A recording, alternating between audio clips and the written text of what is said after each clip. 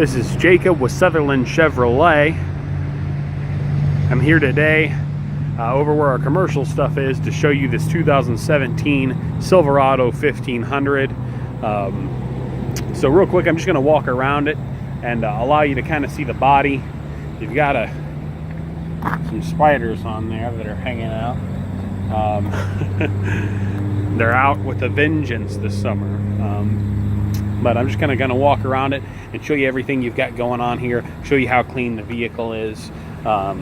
You've got running boards already on there. You got these big, aggressive off-road tires that look really, really nice on this truck. Good contrast that they're, big and black versus all the white that you've got going on, okay? So you've got the white on the grill, and then you've got the white emblem on the front there. And I'll kind of walk around the rest of it and let you see.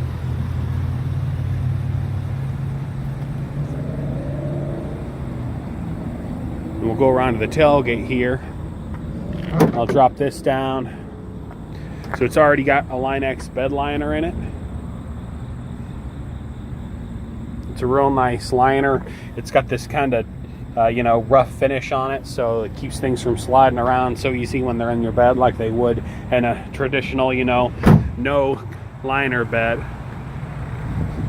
You've already got stuff hooked up as far as like a tow package, so that's already included in the vehicle. Then I'll take you around to the inside so you can kind of see everything there. I'm going to hop in here. So I've already got the air conditioner going. I'm going to turn that down so you can hear me talk.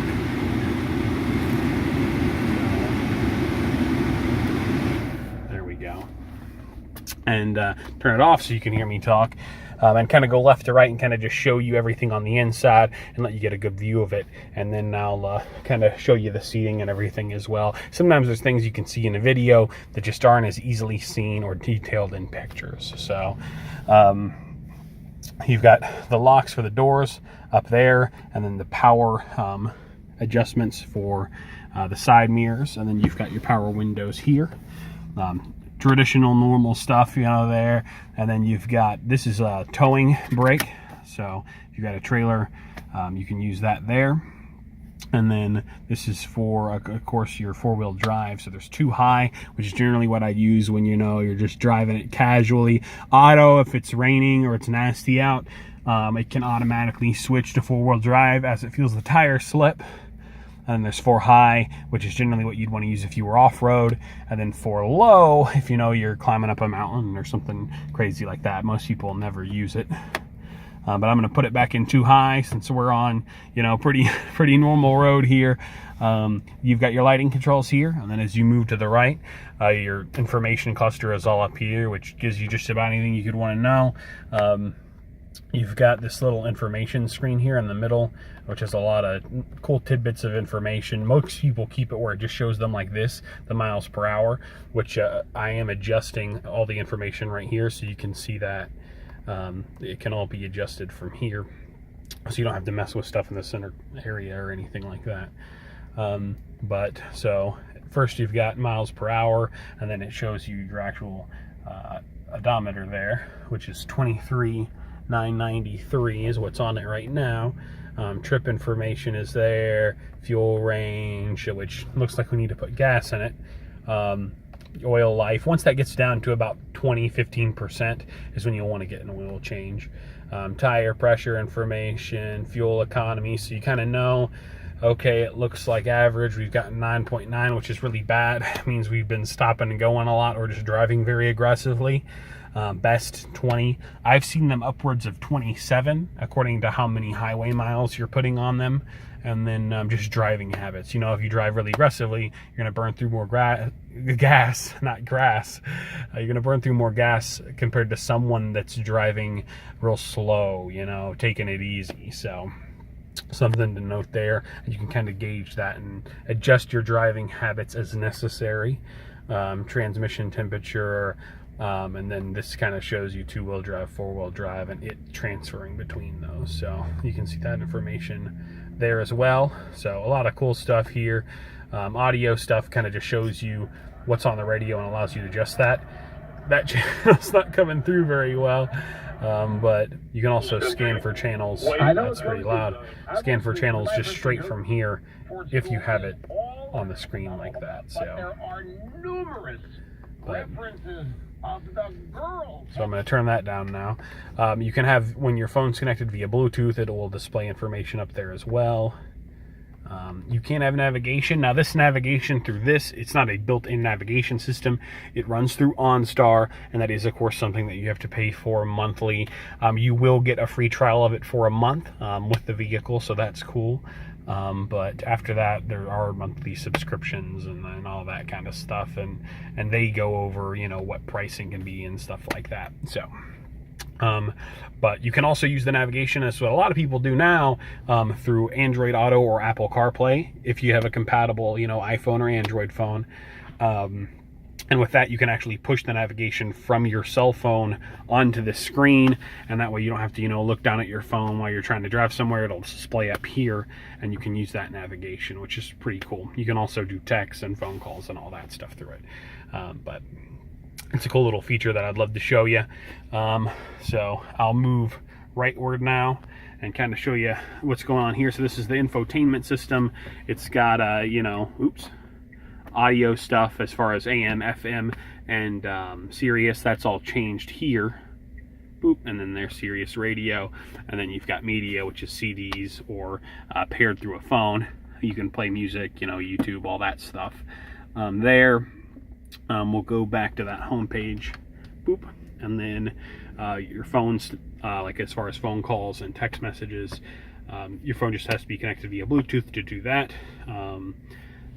And then you also have crazy apps and stuff that you can install and take advantage of there. So, and then the car does have built-in Wi-Fi.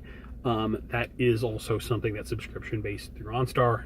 You get a month of it for free. After that, it's something they charge you for if you opt into it. Of course, you can always opt out and not pay anything. So, and then there are physical redundant controls as well as controls on the screen to adjust things. So stuff like the radio, you can just press this button, it'll go straight to it. Media, press the button, it'll go straight to it. And then home or back, you know, will go straight to it rather than having to press buttons on the screen. And you have on and off menu buttons here. This is pretty standard stuff, pretty standard fare as far as air conditioning goes. You do have dual climate zones, zone control, you know, so you can have them set separately. So this one's at 61, it's at 64, 65, and then you can have them synchronized. So when I have that synchronized button, this changes both temperatures. So if I want to unsync it, you just have someone move this dial. The passenger would generally be the one doing that, and they can have their own temperature set. So if they like it warmer than you, they can do that, no problem. And then you've got your traction control off here. So generally I would just leave it on. It'll be on by default. If you hit that button, boop, you'll see it pop up here, traction control off. If you get the vehicle stuck for some reason and four-wheel drive won't get you out, sometimes turning that traction control on in a really weird situation may be just enough to help you get out, but most people will just want to leave that on and never mess with it. Then you've got your light there, and then you've got like the decline adjustment. To my understanding, that's something you use when you know, you're towing something and you're going down a hill. You can kind of set it to a speed and let it glide on said speed. So, and then you've got a little compartment down here. You've got an outlet, and way down there you've got, you know, like a home style traditional 3-pin outlet, you know, with the ground and everything, so you can charge computer or whatever devices you might have in here that use that, a blender, you know, you got to make shakes or margaritas or whatever. And then you've got a USB port there, and then in this bottom compartment, of course, you have your manuals and everything. And then I'll open the center console / seat here. So you've got 2 USB ports and an auxiliary, and then another outlet there. So your 3 cup holders, a little spot to place your phone or wallet or keys or whatever, and then little spots here that I like to put my wallet in when I'm driving these around, or put my phone in. And then you flip that up and it becomes another seat there for you. So that's cool.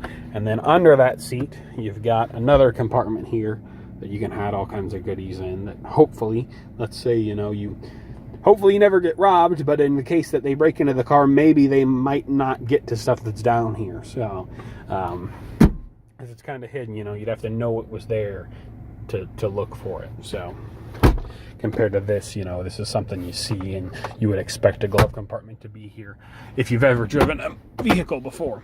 But I'm going to get out. I'm going to kind of show you the interior here.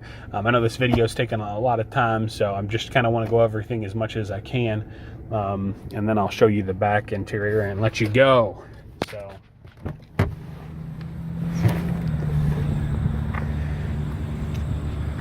just to show you everything, you can see where this has, you know, been sat in and that's been pressed down and starting to wrinkle there.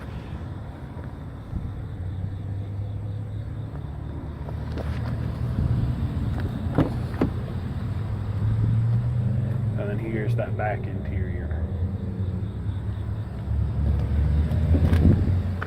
One thing I missed when I hopped in is that you do have the power adjustments for the seat there. So you got the backward and forward adjustments there for the back, and that's lumbar adjustment. You might be able to see that there, but it is very subtle. So anyway, but if you have any questions, if there's anything I can help you with to make a decision, or any questions you have on the vehicle, please give me a call. I'm more than happy to answer any way I can, or shoot me a text. That always works too. Thank you and have a great day. Talk to you soon.